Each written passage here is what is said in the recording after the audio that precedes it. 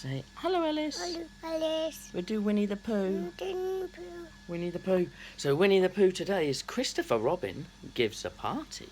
Hello, Alice. I hope you're good. Hello to anybody else watching. Let's do some Winnie the Pooh. Christopher Robin gives a party. One day when the sun had come back over the forest, bringing with it the scent of May, and all the streams of the forest were tinkling happily to find themselves their own pretty shape again.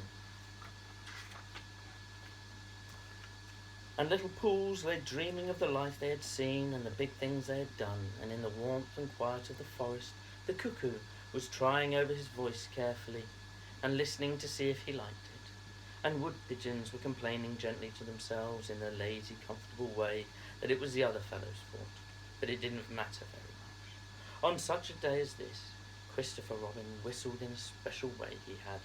An owl came flying out of the 100-acre wood to see what was wanted.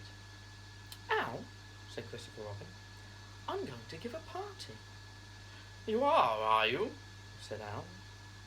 "It's to be a special sort of party, because it's because of what Pooh did, and what he did to save Piglet from the flood." "Oh, that's what it's for, is it?" said Owl. "Yes, so will you two tell Pooh as quickly as you can, and all the others, because it will be tomorrow." "Oh, it will it?" said Owl, still being as helpful as possible. "Yes, it's for Alice." "So, will you go and tell them, Owl?" Owl tried to think of something very wise to say, but he couldn't.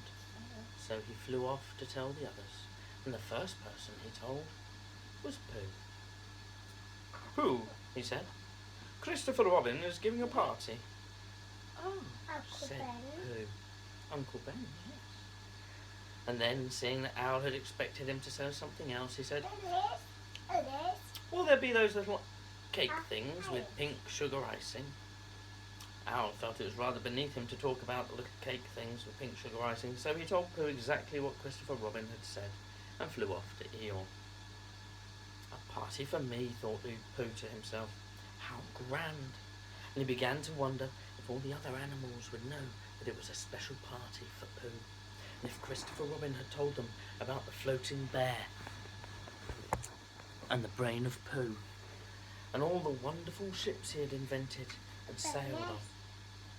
And he began to think how awful it would be. "Zach, can you lie down on your blue pillow? And you're going to listen to the story so everybody else can hear. Otherwise, they won't be able to hear, will they?" Okay, so, shh.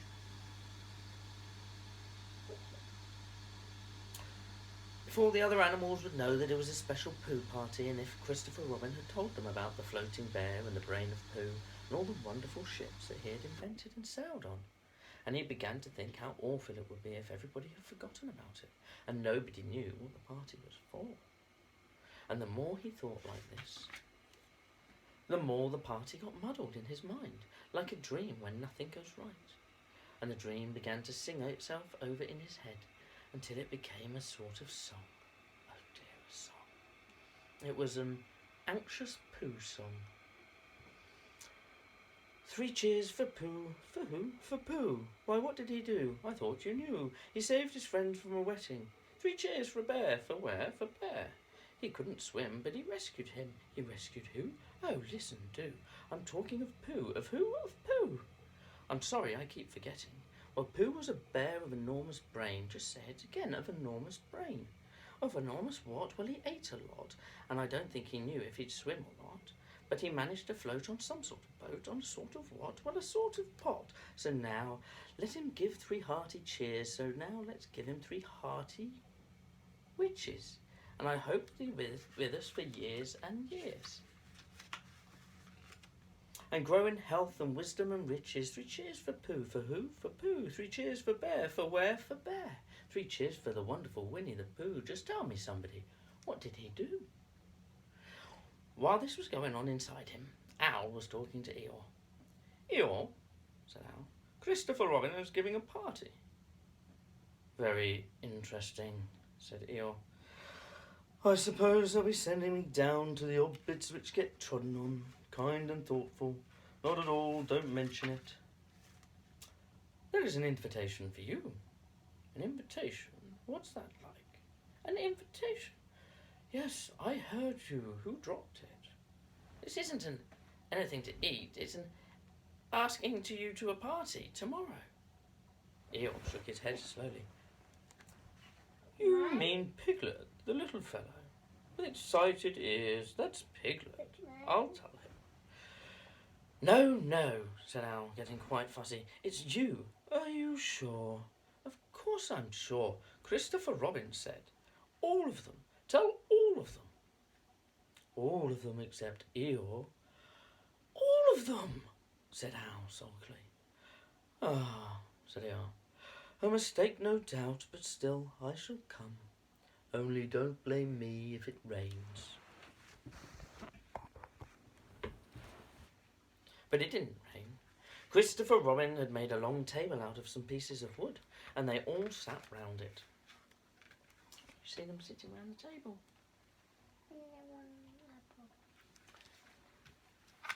They're all sitting round having a party. Christopher Robin sat at one end, and Pooh sat at the other, and between them, on one side, were Owl and Eeyore and Piglet. Between them, on the other side, were Rabbit and Roo and Kanga. And all Rabbit's friends and relationships spread themselves about on the grass and waited hopefully in case anybody spoke to them or dropped anything or asked them the time. It was the first party to which Roo had ever been, and he was very excited. As soon as ever they had sat down, he began to talk. "Hello, Pooh," he squeaked. "Hello, Roo," said Pooh. Roo jumped up and down in his seat for a little while, and then began again. "Hello, Piglet," he squeaked. Piglet waved a paw at him, being too busy to say anything. "Hello, Eeyore," said Roo. Eeyore nodded gloomily at him. "It will rain soon. You see if it doesn't," he said. Roo looked to see if it didn't, and it didn't. So he said, "Hello, Owl." And Owl said, "Hello, my little fellow," in a kindly way, and went on telling Christopher Robin about an accident which had nearly happened to a friend of his whom Christopher Robin didn't know. And Kanga said to Roo, "Drink up your milk first, dear, and talk afterwards." So Roo, who was drinking his milk, tried to say that he could do both at once, and had to be patted on the back and dried for quite a long time afterwards. When they had all nearly eaten, Christopher Robin banged on the table with his spoon, and everybody stopped talking and was very silent, except Roo, who was just finishing a loud attack of hiccups and trying to look as if it was one of Rabbit's relations. "This party," said Christopher Robin, "is a party because of what somebody did, and we all know who it was, and it's his party because of what he did, and I've got a present for him, and here it is." Then he felt about a little and whispered, "Where is it?" while he was looking at Eeyore, coughed in an oppressive way and began to speak. "Friends," he said, including oddments, "it's a great pleasure, or perhaps I'd better say it has been a pleasure so far to see you at my party.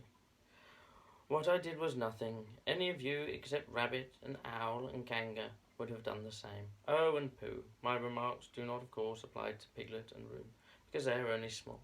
Any of you would have done the same. It just happened to be me. It was not, I need hardly say, without an idea of getting what Christopher Robin is looking for now." He put his front leg to his mouth and said in a loud whisper, "To try under the table, that I did what I did, but because I felt that we should all do what we can to help. I felt that we should all..." said Roo accidentally. "Roo, dear," said Kanga reproachfully. "Was it me?" asked Roo, a little surprised. "What's Eeyore talking about?" Piglet whispered to Pooh. "I don't know," said Pooh, rather dolefully. "I thought this was your party." "I thought it was once, but I suppose it isn't." "I'd sooner it was yours than Eeyore's," said Piglet. "So would I," said Pooh. said Roo again. "As I was saying, Eeyore said loudly and sternly, as I was saying when I was interrupted by various loud sounds. I feel that... Here it is, cried Christopher Robin excitedly. Pass it down to silly old Pooh. It's for Pooh. For Pooh? Said Eeyore. Of course it is, the best bear in all the world. I might have known, said Eeyore. After all, one can't complain. I have my friends. Somebody spoke to me only yesterday. And was it last week or the other week when Rabbit bumped into me and said, Bother? At the social round? Always something going on. Nobody was listening, for they were all saying, Open it, Pooh. What is it, Pooh? I don't know what it is. No, you don't. And other helpful remarks of this sort. And of course, Pooh was opening it as quickly as ever he could, but without cutting the string, because you never know when a bit of string might be useful. At last it was undone. When Pooh saw what it was, he nearly fell down, he was so pleased. It was a special pencil case. The pencils were in it marked B for bear, and pencils marked HB for helping bear, and pencils marked BB for brave bear. There was a knife for sharpening the pencils, and an India rubber for rubbing out anything which you had spelt wrong, and a ruler for ruling lines for the words to walk on, and inches marked on the ruler in case you wanted to know how many inches anything was, and blue pencils, and red pencils, and green pencils for saying special things in blue and red and green. And all these lovely things were in a little pocket of their own in a special case which shut down with a click when you clicked it. And they were all for Pooh. Oh, said Pooh. Oh, Pooh, said everybody else except Eeyore. Thank you, growled Pooh. But Eeyore was saying to himself, this writing business, pencils and whatnot, overrated if you ask me. Silly stuff, nothing in it.